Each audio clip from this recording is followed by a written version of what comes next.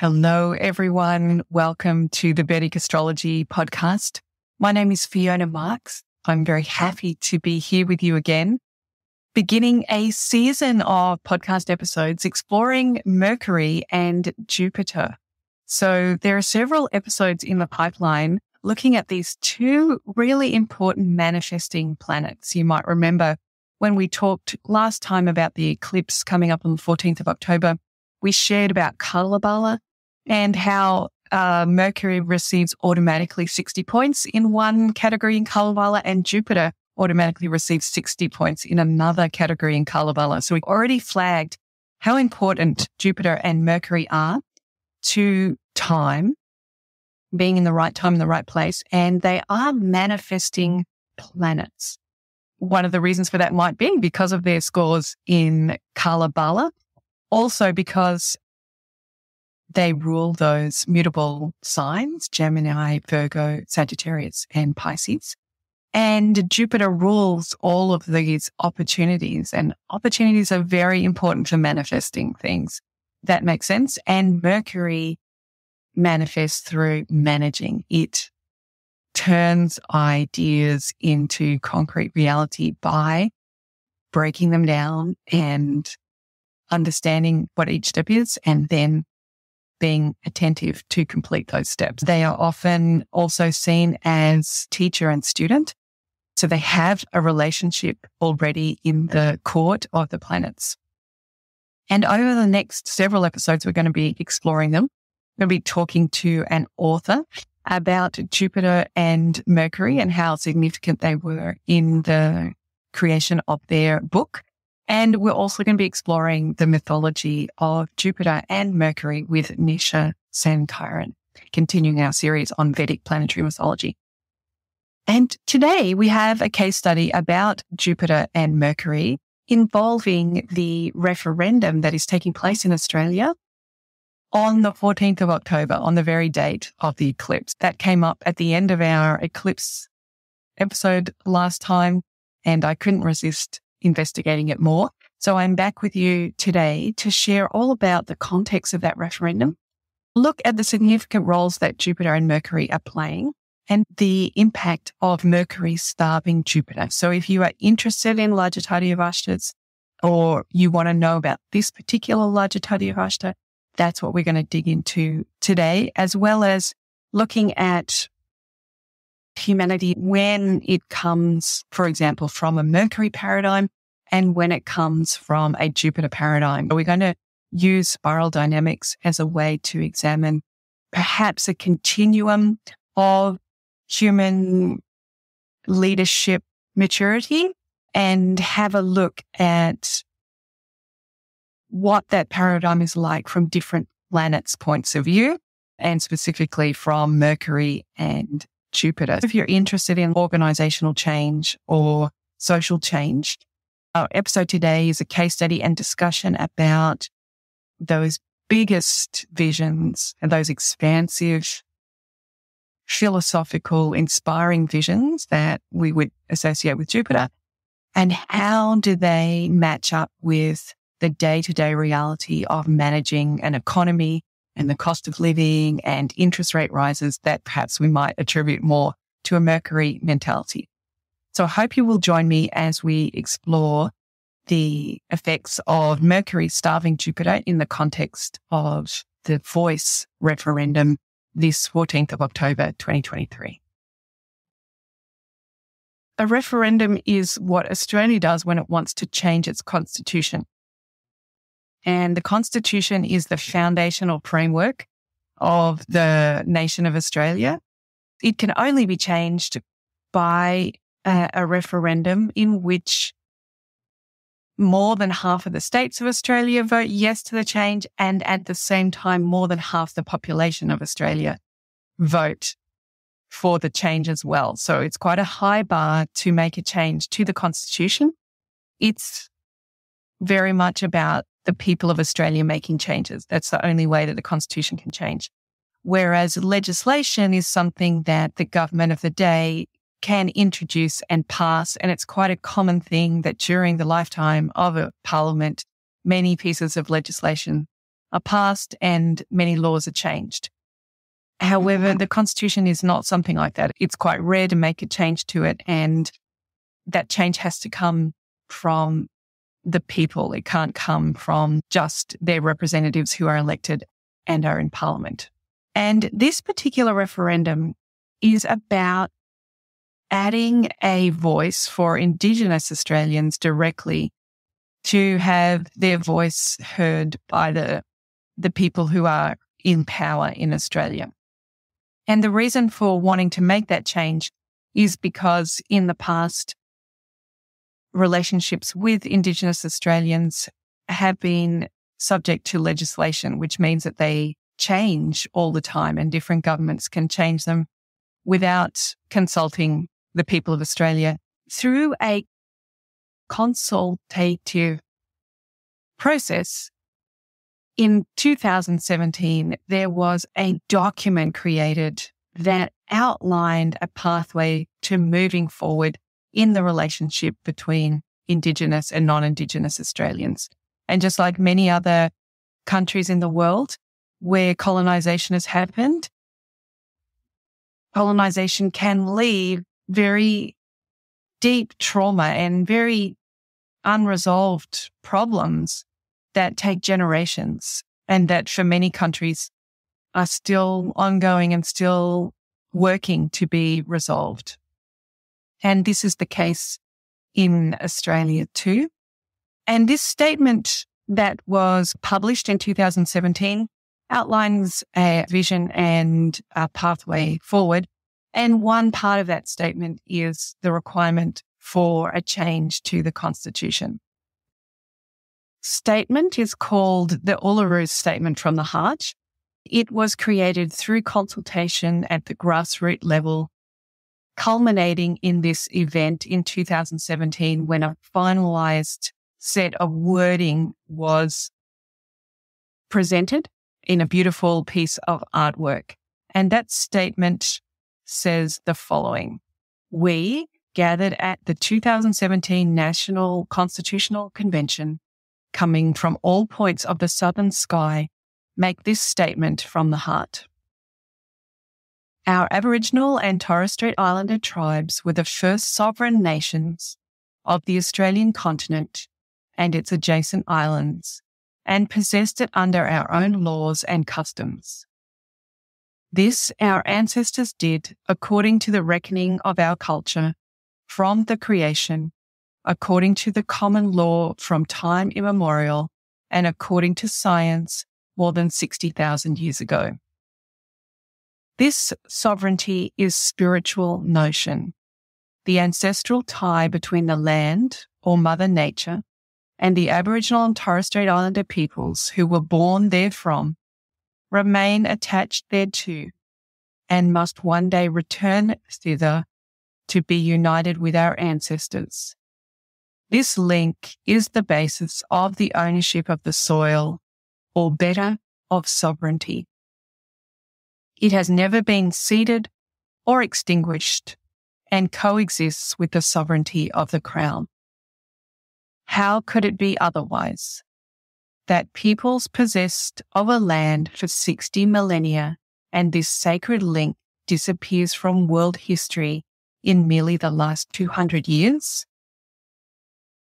With substantive constitutional change and structural reform, we believe this ancient sovereignty can shine as a fuller expression of Australia's nationhood.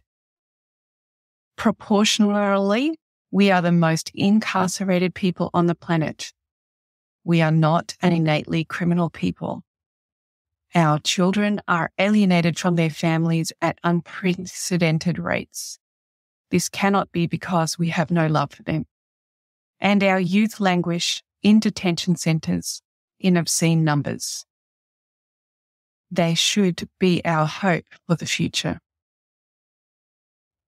These dimensions of our crisis tell plainly the structural nature of our problem.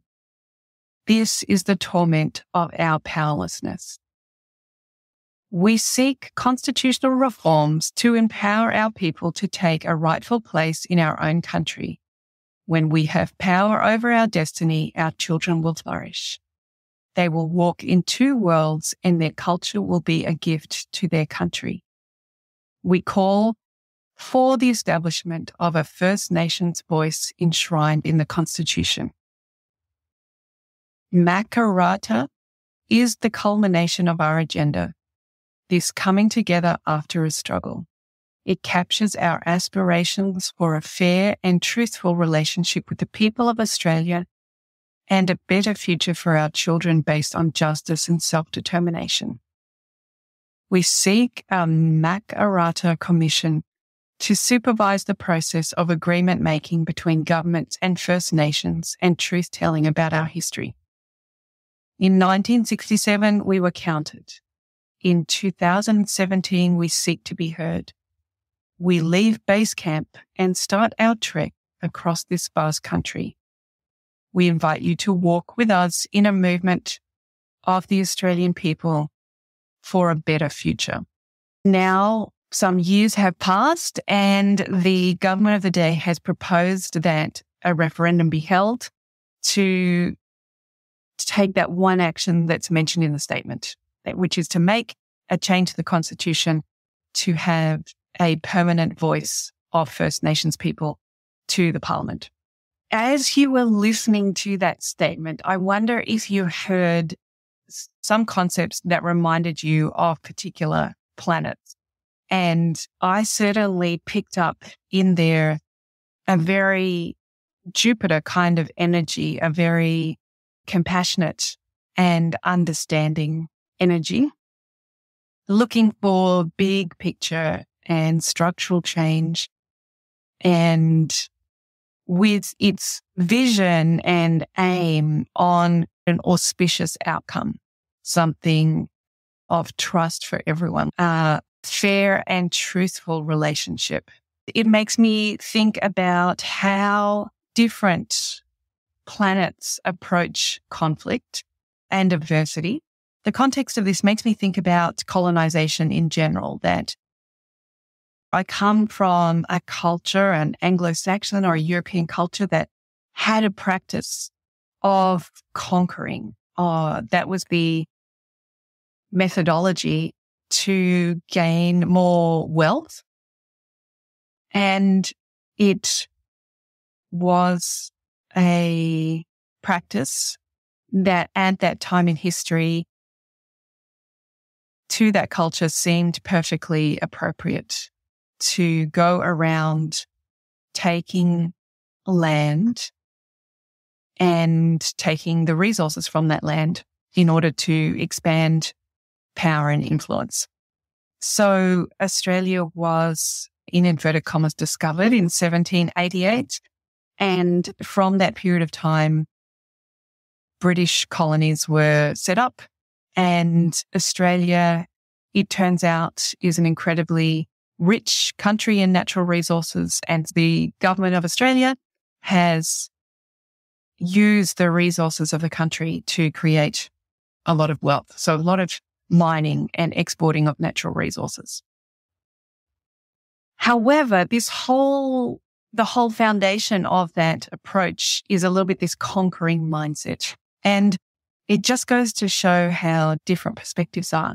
Because when I started researching this episode, I put conquest mentality or conquering mentality into Google, assuming that it would be a bit fraught with danger, that topic, in the same way that colonization is something that if I put that into Google, I would get a whole lot of complex and difficult answers about colonization.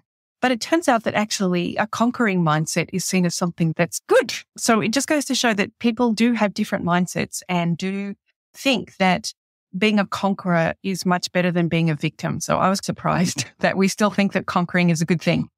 But I think that we can all reflect that conquering has a bit of a flaw in that it requires violence to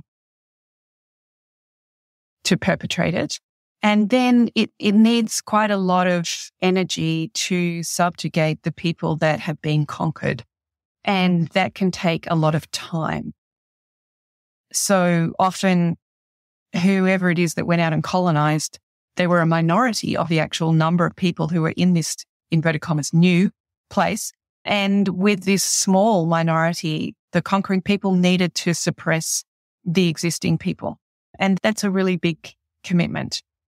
And there's a bit of treachery in the whole conquering or colonizing thing, in that colonizing is a little bit like going to someone's home, and when one, in the case of Australia, when one finds that the home is very large and the particular door or window that you approach, there's no one there at that exact moment, and therefore declaring that this home and house therefore is mine or my king's, and then proceeding to use that home in whatever way fit as the conquering person, the person who arrived to a, inverted commas, empty home.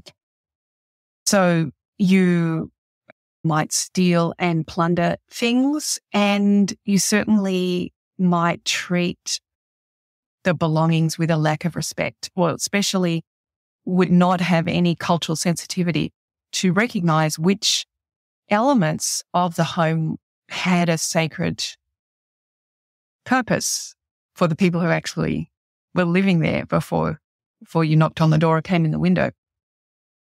And then in the case of Australia, at some point, the colonizers did find, in fact, that there were people living in the home, and decided that they were not people. From that perspective at the time, from that European perspective, they didn't appear to be civilized. And so that gave permission to treat these owners as subhuman and, for better or worse, treat them like animals. I don't know why it is that we treat animals less than humans, but anyway. And this goes on and on over time, because it turns out that there are many people living in this house that I've declared to be mine, and I continually need to remove those people, often by killing them, to uphold this idea that the place is empty and it's mine and I can use it for what I want. And so there's a period of time where, when one conquers something, like when one moves into a house that already exists, there's a lot of violence that goes on in taking over that house. And then as those decades and decades go by, and then 100 years go by, and then 200 years go by, although Western European culture and Anglo-Saxon culture has evolved and got more awareness, it's still in some ways in this position of conqueror, that because of the treachery of the situation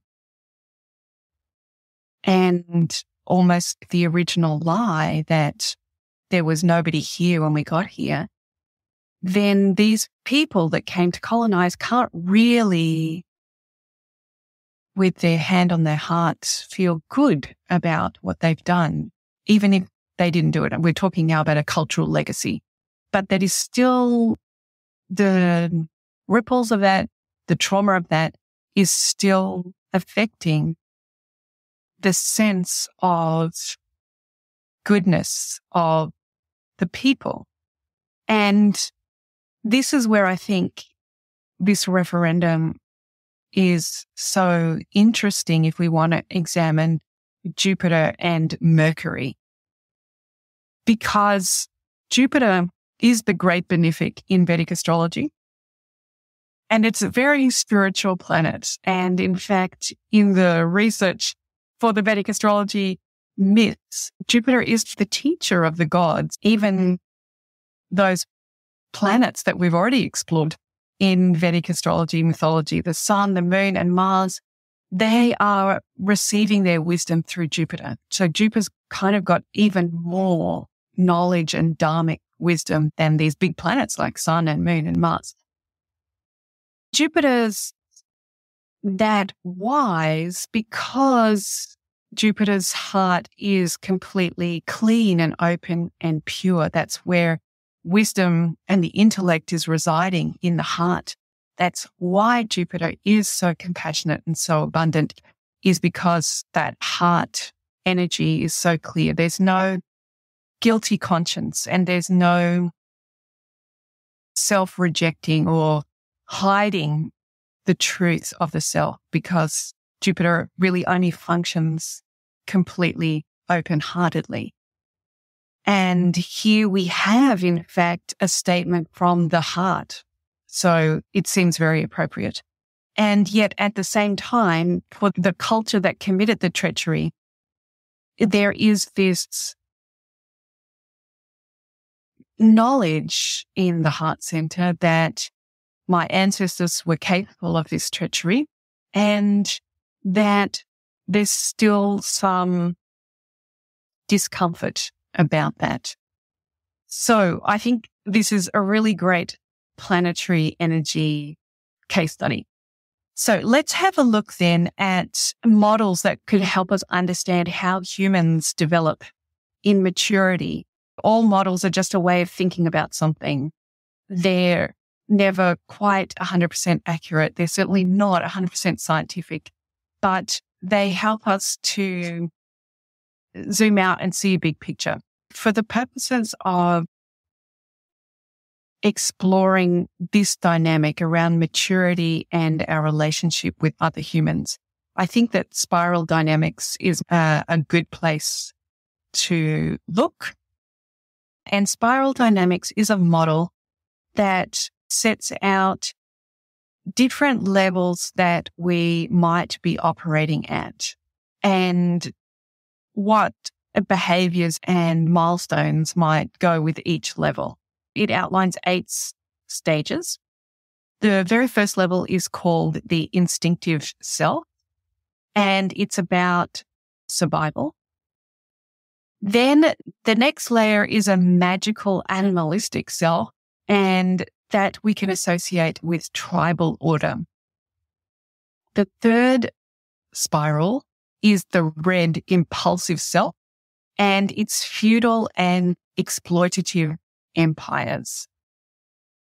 Following that, there is a rule/role self, and we can equate that to nation states and authoritarian regimes. Then the next stage outlined is an achiever self, which is capitalistic democracies. They estimate starting about 300 years ago, acting in your own self-interest and playing a game to win. And then another layer after that is the sensitive self. This is social democracies, information sharing democracies. They began about 150 years ago. And then there are 2 other stages to outline: a yellow integral self, which is a world-centric view, estimated at starting 50 years ago. And the tagline is live fully and responsibly as what you are and learn to become. And the 8th layer is a turquoise holistic self, perhaps starting 30 years ago, collective individualism, experience the wholeness of existence through mind and spirit. We have a look at this continuum. I think that it's helpful to put colonization in its place, or to put this idea of conquering in its place, and notice that it obviously comes with a lot of advantages, which is that you get land and you get resources, and from that you get power. We can see why it was attractive, but we can also see that it has a high price to pay. There's a lot of energy required to subjugate others, and it really is an us and them type of situation. The whole ideal of colonization is not necessarily to be equal with the people of the place that you colonize. It's to exploit the opportunities that are presented by this unique piece of planet Earth. And so I think we can see that in some ways, it's got that feudal and exploitative kind of empire thing to it. So that would be the red level. Maybe it moves all red, blue, orange, all through from the impulsive self to the rule and roll self to the achiever self. And that Originally, it was culturally okay from where Westerners came from to colonize places. In the case of Australia, at some point over the last 250 years, there's been discomfort with that, and there have been various changes. Originally, there was just killing people that were not colonizers. And then there was a real attempt to breed out people who were not colonizers. And then there has been recognition, as we saw in the Statement of the Heart in 1967, actually Aboriginal and Torres Strait Islanders were counted as Australian citizens for the first time.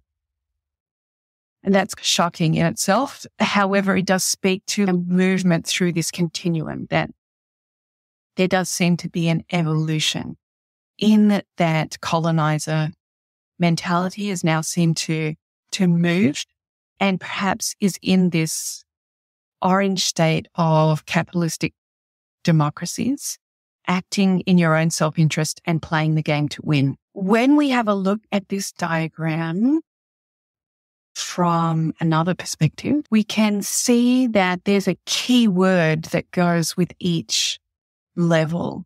So the first level around protection focus is on the maintenance of in-group relationships that provide certainty, warmth, protection, support, and guidance. And the key word is safety. Whenever I see that keyword safety, it makes me think of Saturn. So we could maybe imagine Saturn's really important for survival. The level above that is red, and it's inverted commas control. The emphasis is on energy, power, and beating the competition. Sometimes there are high levels of internal competition, and the key word is power. So that makes me think about Mars, that wonderful energy that we spoke about in the podcast, the energy to act. Fantastic and really powerful self-preservation. And then the layer next to that one is blue, and it's called conformity. The organization's values order, stability, and obeying rightful authority, rules, and regulations. The focus is on the task, not the person. The key word is truth. And this makes me think about the sun because of those words, stability, obeying, and order. There's something energetically about respecting authority that speaks to me there about the sun. The following layer, orange, the key word is prosperity. The statement says achievement. In this culture, success and results are all important. The focus is on being entrepreneurial, pragmatic, and doing whatever it takes to get the job done. Like Mercury, that it's a game and we want to achieve and we want to be entrepreneurial and pragmatic, which are qualities that sometimes we can see with Mercury. And then we have the following layer, relationship, a culture that is focused on building a community that is tolerant and accepting of differences and diversities, emphasizes sharing and caring for others. The keyword communitarian makes me think of Venus, all of this harmonizing, sharing, caring for others, tolerance, acceptance. And then yellow, the keyword is systemic. And the statement says learning. The focus of this culture is on self-development, learning, applying knowledge and change. And the organization is generally agile and with a clear direction. And finally, turquoise, the keyword is holistic experience. This is global thinking culture, which takes an interconnected view of working, living, and the environment. When we reflect on the wording of the Uluru Statement from the Heart, so much of that wording seems to me that it comes from this yellow or turquoise level, the systemic or holistic level. These dimensions of our crisis tell plainly the structural nature of our problem. So I think that speaks to that systemic level of the spiral dynamics model. And then also the vision around are coming together after the struggle. It is the aspirations of a fair and truthful relationship with the people of Australia and a better future for our children based on justice and self-determination. Then there was our children will walk in two worlds and their culture will be a gift to their country. So many of the statements from that Uluru Statement of the Heart to me speak as if they are at that end of that continuum where they are interested in those worldviews and interconnectedness, sustainable living with your environment. It just seems that they're really operating from that learning and experience level of spiral dynamics. And it strikes me that's a very Jupiter thing. Ayanabala is the approach that a planet takes to conflict resolution and adversity. If we talk about how Jupiter, when it's high in Ayanabala, it uses its ability to see the big picture. Jupiter is expansive. It provides opportunities, and its wisdom comes from the heart. And the heart is this ultimate organ that accepts everything, right? The heart has no front door or lock on it. The blood comes in, the blood goes out. Whatever is in the blood is accepted. Whatever is in the level of oxygenation of the blood, it's all accepted into the heart center. So I think we have this real Jupiter energy in the Uluru statement of the heart. And then perhaps we have in the Australian culture somewhere in that kind of in between the prosperity level, the orange prosperity level, and the communitarians. I do think that Australia's mainstream culture from its beginning in terms of colonization, which we think would be like a power kind of move, so we're in that red level, Australia has evolved and is evolving and is somewhere now in between prosperity, which is we want to be entrepreneurial, we want to focus on success and winning and be pragmatic. Somewhere in between that and a culture that is focused on being tolerant and accepting of difference and diversity and emphasizing sharing and caring for others. I think that is aspirationally where Australia would like to be. And Australia is largely a country that is made up of migrants, including the first colonizers. So it does accept a lot of people, or it has accepted a lot of people over time. But for anybody who have tried to move to Australia or even work as a tourist in Australia, you will know that is quite difficult. And we get down to the blue level of conformity. We want value and order, and you have to have all of your correct paperwork and your correct amount of money in your bank account and your sponsors and the work that you're going to. We might emphasize sharing and caring for others, but having originally been a penal colony, I had some friends want to move to Australia to live and work, and they felt like Australia was now a reverse prison. It was very hard to get into. However, I do think that aspirationally, Australia culture continues to move through these spiral dynamics. But perhaps what we're really seeing is the difference between these planetary energies. So if we look at that prosperity level, which I was equating to Mercury, and we know that in Vedic astrology, that Mercury is an enemy to Jupiter. So we know that Mercury energy can interfere with that abundant mentality that Jupiter has. And to put that in context, let's have a little look at what's happened to the polling for this referendum question. If we look at the Wikipedia page for the opinion polling for the 2023 Australian Indigenous Voice referendums, it outlines the context of the referendum, and then it aggregates the polling and also has a breakdown of all the major polling that has occurred in relation to this referendum question. So it's quite comprehensive. For those listening, there is a graph of all of the major polls, each plotted as an individual dot, and then the trend line is drawn for the yes and the no. And very clearly, this graph demonstrates that way back more than a year ago, the polls were very much in the yes favor for making a change to the Constitution, up as high as, say, around 70% yes and 30% no, something in that kind of ballpark.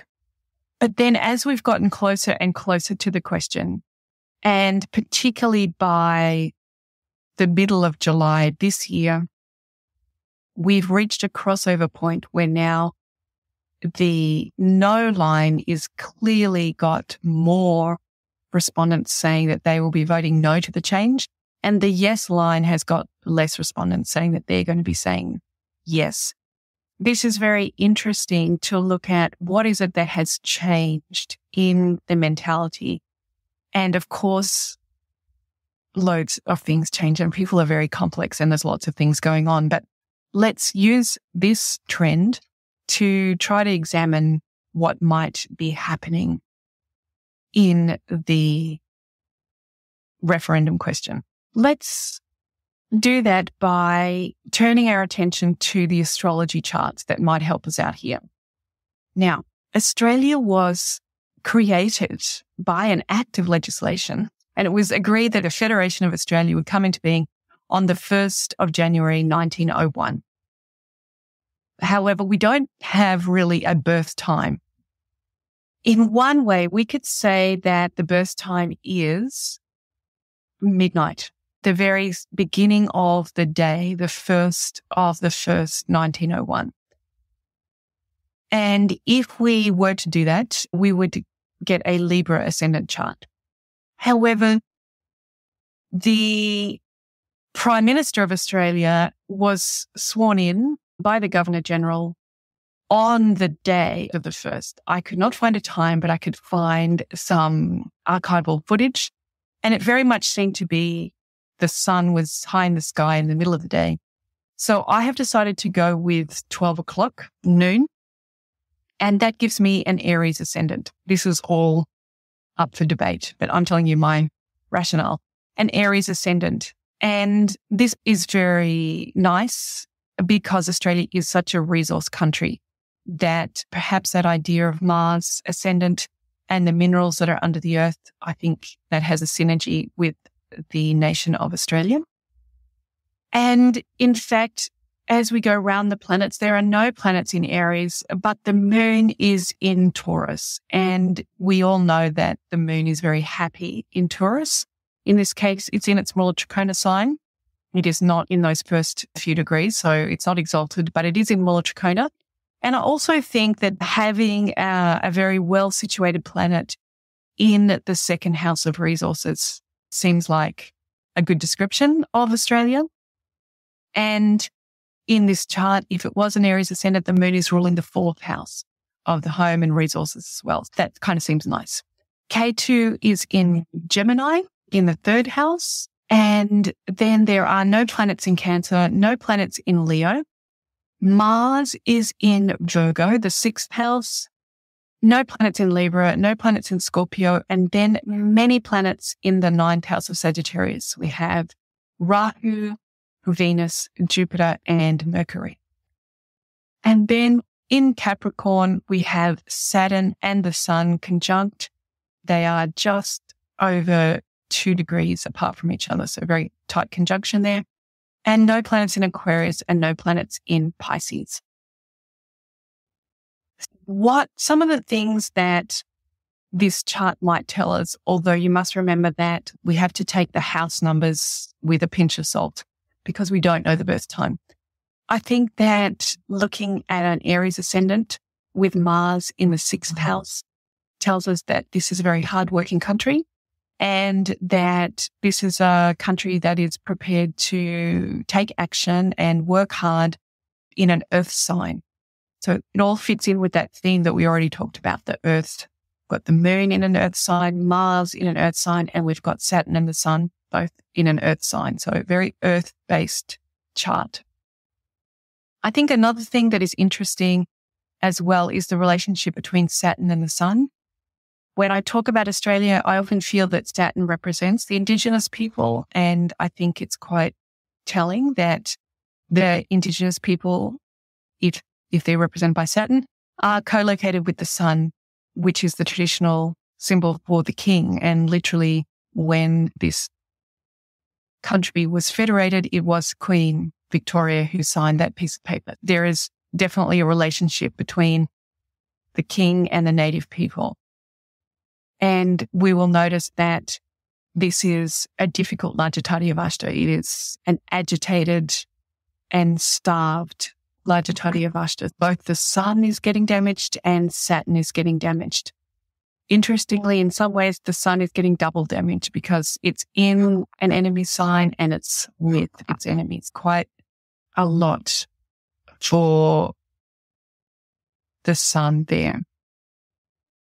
And when we have Sun and Saturn, Lajjitaadi Avasthas, this starvation and agitation, it really is a power struggle, isn't it? About identity and about respect.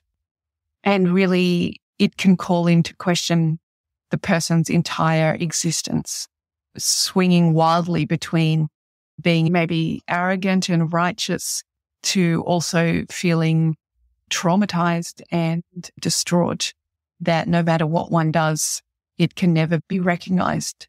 So can be quite a challenging Lajjitaadi Avasthas. When I speak with clients about it, I sometimes use that analogy of Harry Potter and Voldemort. They're locked into this death spiral that neither one of them can exist while the other one exists, and that makes them actually better. Voldemort becomes better and Harry Potter becomes better. So it's a very intense and traumatic experience of power and restraint that is going to make the person very good at whatever it is that they need to do in that particular area of life, because it's like a fight to the death. And of course, we notice in the ninth house of culture, we have these 4 planets. We've got Rahu, Venus, Jupiter, and Mercury. And the thing that I want to point out there is that Jupiter is getting starved by both Mercury and Jupiter.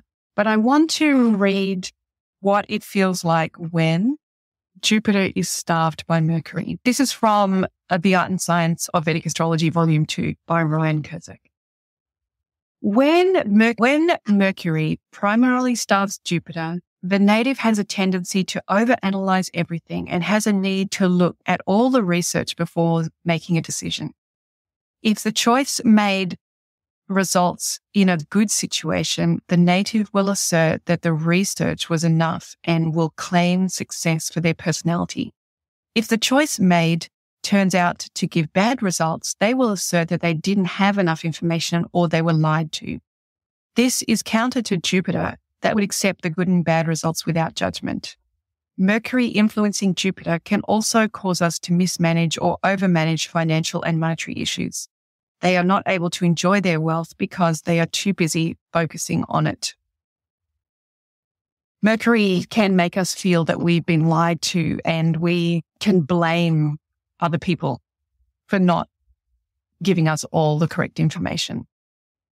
And it really interferes with Jupiter's natural sense of abundance and opportunity. It's expansive and it just knows that all is well and all is good.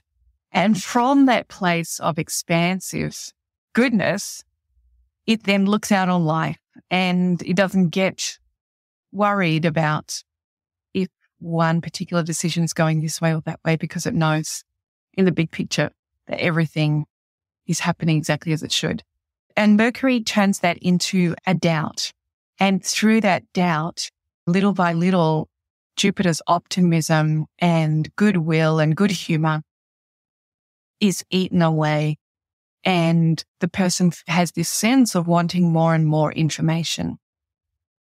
And so that's quite strong in this birth chart because they are very close together. Jupiter's at 25.58 and Mercury's at 27.48. So we can say that in something in the creation of Australia was this dynamic, this Lajjitaadi Avasthas of Mercury starving Jupiter was creating a doubt in the goodness, a doubt in trust. I need more information and people might be lying to me and I have to find out all that I can.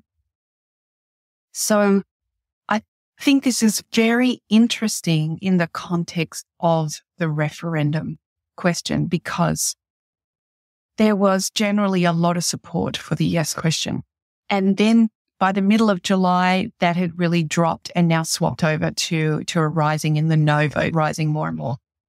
And I think there are 2 Mercury factors that come into this change. One of the really effective strategies of the No campaign was to come up with this slogan, "If you don't know, vote no." And this is in their official pamphlet for explaining the yes vote and the no vote. And the first two subtitles were risky and unknown. This plays beautifully into that Jupiter starved by Mercury. So if, as an Australian, you're feeling generous, Jupiter, you're feeling open-hearted, but you're unsure, then this question begins to, if I don't know, I should vote no. It begins to really work on that Mercury starving Jupiter that is in the birth chart of the Australian Federation. So we have a strong starvation of Jupiter by Mercury, and then we can see how this is playing in the psyche of this referendum vote. Now, what about if we go have a look at the actual voice referendum itself? So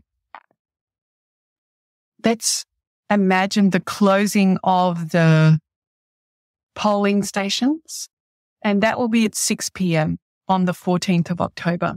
I'm wondering if we see that on that day, we also have a strong starvation from Mercury to Jupiter. And sure enough, on that day, if you look at the planetary aspects, you can call it 47 points out of 60. That is the aspect that Mercury is giving to Jupiter. This sense of doubt seems to be not just in the birth chart, but it's also in the chart of the day itself. And this made me think about why the referendum was called at this time and how has the Mercury aspect been traveling during the year. I went and looked at the aspects for the whole year and just wrote down what Mercury's aspect to Jupiter was for the whole year. At the start of the year, Mercury's aspect was around 23, and all the way up to the end of the first month of the year, it got to about 40 degrees of aspect. And then gradually it declined until at the very beginning of March, there was no aspect from Mercury to Jupiter. And it was, in fact, around about this time that on the 23rd of March, that the government announced it was going to go ahead with a referendum this year. It announced what the question was going to be. And then there was a period of a lot of no aspect from Mercury. Now, it depends on how you count these things, and astrologers have a different way of counting them because sometimes Mercury was conjunct. So you might want to count that as aspect. But there was a long period where there was no aspect. When the date was set at the end of August, Mercury had been quite high, about 33 points. And just as it was beginning to drop down again is when the government announced the date will be the 14th of October.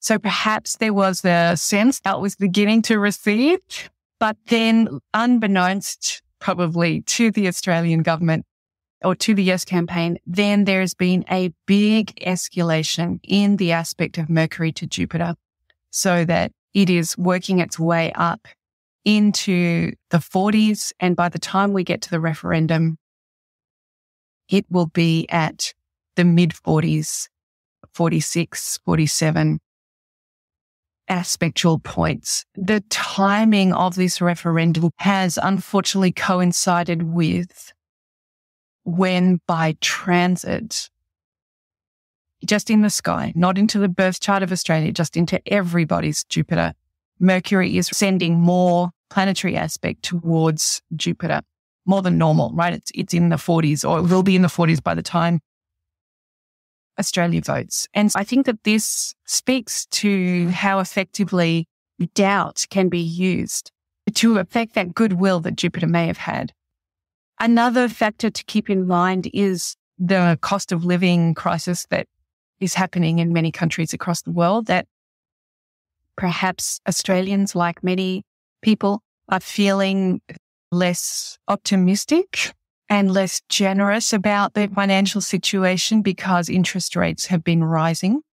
And this also plays into the dynamic of Mercury starving Jupiter and creating that sort of penny pinching lack of faith and feeling like I have to watch every last cent that I'm spending. So the idea of doing something, a big grand change like this that might have financial implications, seems like a risky thing to do. Now, it's also interesting to look at when that polling sort of crossover point happened. And it was in the middle of July, so it's marked on the chart here. And it's just as Mercury began to increase its aspects to Jupiter. And on the following slide, I have tried to line up these two charts with each other. Of course, they come from different time periods because the Wikipedia chart goes all the way back to August 22. The Excel charts that I created today just started in January. We're a little bit matching apples and oranges, but we can see that this point where the opinion polls swapped was definitely a time when Mercury's aspect was rising to Jupiter. But I think it lets us know that really playing on the mind of Australians is the worries and the doubts that come with Mercury starvation. That leaves us with a few more avenues. Let's have a look at the chart of the closing of the polls of this voice referendum. That will be on the 14th of October, 2023 at 6 p.m. is when they close. And I put in the capital city of Australia. And of course, Australia is a country that spans several time zones, but all the polls close at 6 o'clock local time. And what will be going on astrologically at that time? Here we have an Aries ascendant, perhaps just like we had in the Australia chart. So an Aries rising with Rahu in Aries. And then in Taurus, we have Jupiter and Uranus. No planets in Gemini, nothing in Cancer, nothing in Leo. And then Venus is in Virgo, where it's at 4 degrees 37. So it is debilitated there in Virgo. And then in Libra, we have Ketu, Sun, Mercury, and Moon. And as we know, this is the space of the ecliptic, the part of the ecliptic where the eclipse is going to take place in just a few hours after the closing of the polls. So you can see the Sun is at 20 degrees and 40 minutes, and the Moon at this particular moment in time at the closing of the polls is at 14:38. So it is on its way to meet up with the Sun and create that annular solar eclipse that will be visible in the Americas. And then in Scorpio, the 30 degrees of the ecliptic right next to Libra, we have Mars just at the very beginning. So in some ways, we consider Mars to be part of this eclipse as well because it's at 1 degree and 26 minutes. Then no planets in Sagittarius. Pluto is at the last degrees of Capricorn. No planets in Aquarius. And then Saturn is at just about 1 degree of Pisces, and Neptune is also in Pisces. So that is the lay of the land, or the lay of the stars of this particular moment. As we already discussed, we can notice that Mercury is sending its aspect to Jupiter. So we've already talked about the fact that at this particular period of time in the transiting sky, we will be experiencing Mercury sending those aspects to Jupiter. And we talked already about doubting people's intention and wanting to have more data. So that is certainly taking place. And what can we tell from this chart? And this is one of those things where when we are looking into the future, it is always great to be objective. And that's the great challenge of being an astrologer, is to just stick to the data. In this case, obviously, as an Australian, I already have an opinion and it's more difficult for me to be objective. But let's just see if we can count the data points that we can notice and almost keep a tally on whether it looks like a yes vote or a no vote. So one of the things that strikes us straight away is that the ascendant is taking place in a cardinal sign. It's taking place in Aries. And cardinal signs have that reputation of starting something, of moving, of being action. Places, if we see it in a prajna, we would think that this is a sign that is supportive of change. So we can notice that. And we can also notice that the Aries part of the ecliptic is associated with new initiatives and starting something. It is the beginning of spring when the sun moves through Aries. So it's the beginning of the new year. So we can notice that there's a couple of indications there for change if we just look at Aries and the rising sign. We can also notice that we have a malefic on the ascendant. If I was the astrologer choosing the date for this referendum and I wanted a yes vote, perhaps I would not want a malefic on the ascendant. So we could put that in the no column. But we must notice that Rahu is unexpected and hard to predict and is heading in the direction of our evolution, even if we don't really know what that is. And we don't really know why we're going there. And we're just fascinated and magnetically drawn towards that. So malefic on the ascendant is perhaps indicated for no, but that the malefic is Rahu is a bit of a wild card. Could go either way. So these are the first couple of tallies in our score sheet. Then there are some other things that come to mind. The first one is that Mars is the ruler of Aries and it is in its own home in Scorpio. So at the time when the poles close, the planet that rules the rising sign is in a good position in the sky. However, it is the 8th house. And the 8th house is, again, if one was doing a Muhurta or trying to pick a date, perhaps we don't want a malefic on the 8th. But in this case, this is the ascendant lord of the chart. And the 8th is changes, sudden breaks and changes, unexpected changes. We have a mark in both columns there that potentially it is unfortunate to have a malefic in the 8th, but at the same time, this is the ascendant lord and we are looking for an unexpected change. If we wanted a yes vote, we're looking for an unexpected change because the polls seem to be indicating a no vote. Maybe that has a tick in each column. Then, of course, with Venus being in the 6th house of Virgo and being debilitated, is perhaps, again, a mark in the no column because the Venus is what leads us to higher fulfillment. It's exalted in Pisces, where it is transformational.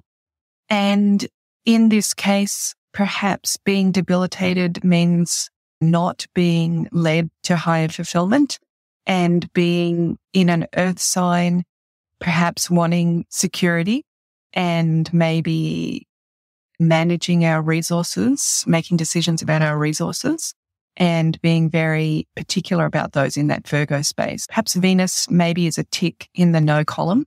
It is ruling the 2nd and the 7th. So it's also ruling a house of resources and a house of business. Maybe it's indicating that fear around the mercantile consequences of this decision and choosing to stick with the feet on the ground in Virgo. And then we have Saturn in Pisces, and we talked about Saturn perhaps being the Indigenous people of Australia. And Saturn is in the first degrees of Pisces, and it's the 12th house of this chart at the time that the poles close. Again, this is for me something that could go a tick in each column, that it is the 12th house is losses. So seeing the native people in the house of loss looks like a no. However, it is also a transcendent part of the ecliptic, and it is where we transcend. So is it possibly an indicator to show a transformation in the relationship? Now, that's maybe a reach, and that kind of then reveals the subjectivity of the astrologer. because wouldn't we like to see that Saturn exalted in the 10th house or in its own home in the 10th house? This is not the ideal placement. However, could it be that being in Pisces is a good sign? So then that just brings us to the eclipse. And this is harder to read because there are many planets involved and there's a couple of layers to look at here. So we know that the moon is going to eclipse the sun, and we know that the sun is governments and it's the king, and the moon is the people, or can be the populace. So in that way, it is a sign that the populace is going to overcome the king. But we need to really ask ourselves what the king is there. So if it was literally the King of England, this would seem like the populace is overcoming the king. So if it was a vote for a republic, maybe we would think that this was the change. But if the government here is the sun, which often the sun represents the government has been campaigning for yes. So the populace overcoming and blocking the light of the government would seem like it is a sign that the populace is going to vote against what the government is campaigning for. So therefore voting no. Another factor to keep in mind is that Mercury is going to be involved in this eclipse, and it is one of the motivators around the no vote is its aspect to Jupiter. So we could see at this very last gasp, the day of the voting, could we say that Mercury is also being eclipsed and therefore the populace is overcoming the doubts? That would be one way to look at that situation. So I think we have, again, mixed results for what is going to happen there. Let's have a look at what might be going on in that eclipse in terms of shaming. The Lajjitaadi Avasthas, when we have a node, which in this case we have K2, and we have a natural malefic, which in this case is the sun, and we have Mercury. So let's have a look at Mercury being shamed by the sun. The sun at first delights Mercury, inspiring the person with possibilities. Then the sun agitates Mercury, giving problems, setting boundaries, and communicating needs. Also making Mercury try too hard to make the sun's vision a reality and disrespecting friends in the process. Finally, with shame, the disappointment of not achieving the sun's vision is internalized. The person becomes afraid of requesting anything and feels shame for even needing to ask. And when it involves K2, we can say that it has a flavor that the person feels that other people are not appreciating the person's contribution. And the person internalized that as feeling that they're worthless, and therefore they stop contributing and they feel shame. This is if we consider that the eclipse is causing Mercury a Lajjitaadi Avasthas. Mercury is perhaps feeling that its contribution is not being appreciated. And this goes a little bit to what we were talking about, the context of cost of living crisis and interest rates rising, people feeling that they're doing it tough. And instead of contributing to this big initiative, they want to step out and cross their arms and let the project fail because I'm doing it tough and you're not noticing that. Backs up some of the things that we were seeing in the chart earlier. And then if you read that the eclipse is taking place in Libra, which is a part of the ecliptic owned by Venus, we could also have a look at what is happening on the other half of the Venus dichotomy. Venus rules a masculine and a feminine sign. It rules an active and a passive sign. It rules a negative and a positive sign. And if we were to look over there, we would see Taurus, and Jupiter is in Taurus. So we could also have a look at Jupiter being shamed by the sun. And once again, the sun, of course, delights Jupiter by supplying him with an inspiring vision. But then Jupiter feels shame about not meeting that vision. The Sun prevents the person from acknowledging their inner joy and wisdom. The person's inner wisdom will not be well received or will be disrespected by authority figures. The person feels pain in expressing their heartfelt beliefs. And if that's happening with K2, high ideas of doing good but can't make it happen. Self-doubts prevents taking good actions. Mercury and Jupiter are really important in this voice question on the day. And because of their involvement in the eclipse, there's the potential for Mercury to be shamed, but if you happen to look at it that way, also for Jupiter to be shamed. So those both seem to point to me towards ticks in the no column. And this is where it becomes really interesting. As the astrologer, what would the court astrologers say to the Yes campaign and to the Prime Minister Anthony Albanese? And I think that astrology is really helping us here see that dynamic between Mercury and Jupiter. That Mercury is creating doubt in the goodwill of Jupiter. So if I was the Prime Minister campaigning for a yes, perhaps what astrology helps us with here is understanding that reaction that's natural given the layout of the birth chart and the referendum chart. That perhaps I would speak to the previous times that Australia has had big ideas of improving its relationship with Indigenous people. As we heard earlier, there was a referendum in 1967 to begin counting Aboriginal people as part of the population. And we have had very significant rulings from the highest court in the land around original ownership and custodianship of the land. And we've also had a national apology to Indigenous people for the treatment that they have received by the Australian government.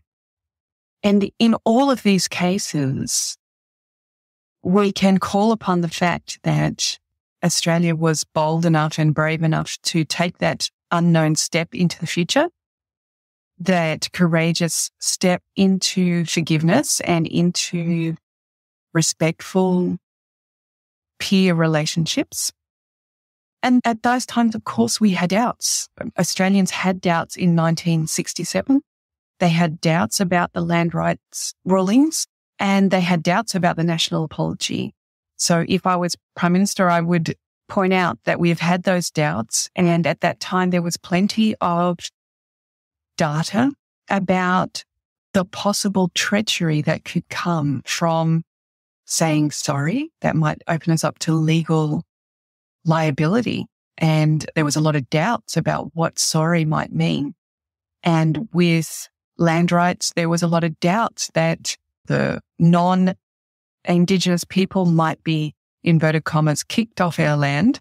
And all those fears of treachery have not played out at all.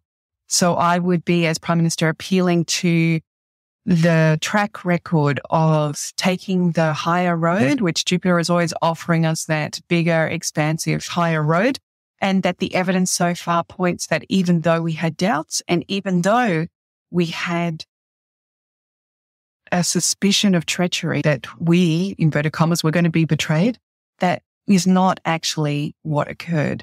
That's where I think that astrology can help in the voice conversation. And it's also good to have a look when we have Jupiter starred by Mercury in our own charts.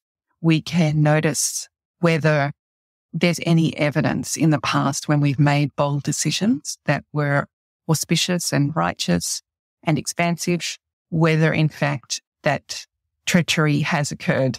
So we can begin to keep our Mercury in the place that it belongs, which is fantastic rational mind and ability to manifest and organize and to manage things into existence, to create materiality through attention.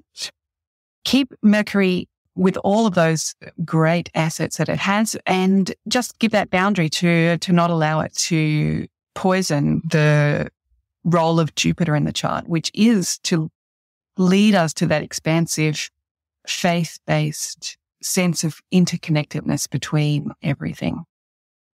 So those are my thoughts on the voice referendum. And I want to return once again to our idea that planets share a band of the ecliptic that maps to the chakras. So if we imagine the chart of the ecliptic and we think about Capricorn and Aquarius being ruled by Saturn, they can be mapped in a way to the first chakra. And Jupiter rules Sagittarius and Pisces, and that represents the second chakra. And Mars rules Aries and Scorpio, and that represents the third chakra. You can see where I'm going because Venus rules Taurus and Libra, and that would be the fourth chakra. Mercury has Gemini and Virgo for the fifth chakra, and the Sun and the Moon co-rule the sixth chakra. So if we were to map the planets as if they are chakras, then we can see that Jupiter is not in the heart center as we've been talking about in this podcast, but it is in the second chakra. And the second chakra is our creative element. It is our sexual organs, our reproductive organs. It is where a baby grows. So it's the uterus. And I think that this also speaks to how important Jupiter is in our evolution as humanity, that the uterus is this unique organ in the body that can nurture the life of another being that may have a different blood type to ours and certainly has different DNA. And the placenta is this unique conduit between this other being, the uterus, and the host. And I think that Jupiter ruling over the uterus is so powerful as a vision for where we can get to in terms of relating to other people, that we can be inspired to look for the placenta, look for those conduits that are miraculous, that allow us to coexist, and not just coexist, but protect and feed and nurture each other so that information is passing both ways through that placenta and bringing out the best in both. Hope that this is an opportunity for Australia to do that, and hope that it's an opportunity for the world, and we have more and more of these opportunities. Let's hope that is true. And let's look for those circumstances in our own lives where we have the opportunity to create something. Jupiter is a karaka for creation. So to create something that is unique and self-sustaining, and that is in our best interests for it to succeed. And if we were operating from that mindset rather than from a conquering mindset, I think we'll have much more opportunity to grow and to nurture each other and the planet, and therefore be sustainable. So I think while we looked at spiral dynamics and they seem to have a hierarchical approach, I love that in astrology and the layout of the chakras, Jupiter is actually right there in the second chakra. And it reminds us that the chakras are not hierarchical, and that the teacher of the gods is located in that second chakra, in that reproductive space, and right between Saturn and Mars, the two strong malefics. And Jupiter is operating in between Saturn's fear and Mars's power. And Jupiter is holding this beautiful space between those two malefics, and it's inspiring. And as well as that, it might be a continuum, as we discussed in spiral dynamics, it might be much more that full flowing integration between all of these planets and chakras, and a valuing of all of them for the role that they play in our lives. Being godlike is having all of those chakras integrated, accessible, and operating at their purest frequency. It's easy in spirituality to sometimes look at the way the chakras are laid out on the astrology chart and think that we're racing towards Cancer and Leo. And actually what we're trying to do is look at the whole chart and integrate the whole chart. And that's the great gift of being incarnated in a body, is the chance to experience the karma that it is our opportunity here in this moment in time and space to experience and detach from. So very inspiring placement of Jupiter. Where does that leave us? Now we've explored all of the context of the referendum, and we've looked at perhaps a continuum where cultures are evolving and becoming more aware. And Australia has perhaps been offered in this referendum a chance to step up and have a more expansive and Jupiter approach. But perhaps because of the starvation of Mercury in the chart, that might be a step too far for Australia. And it has just triggered a sense of doubt and a sense of not knowing the answer, not having enough data. We do have some wild cards that there is an eclipse happening, and we do have Rahu on the ascendant. And I will be watching in interest and seeing what happened. And I'd be very interested also to hear what your thoughts are about different parts in the world and different ways that countries have come into creation and how they're relating with their history. That's been my exploration recently of Jupiter and Mercury and the eclipse and the referendum. I hope you found it interesting, and I'd love to hear your thoughts, and I hope that you'll join me on Patreon to discuss anything about this podcast or any of the other episodes. Thanks for being here with me, and look forward to seeing you next time on the Vedic Astrology Podcast. Bye, everyone.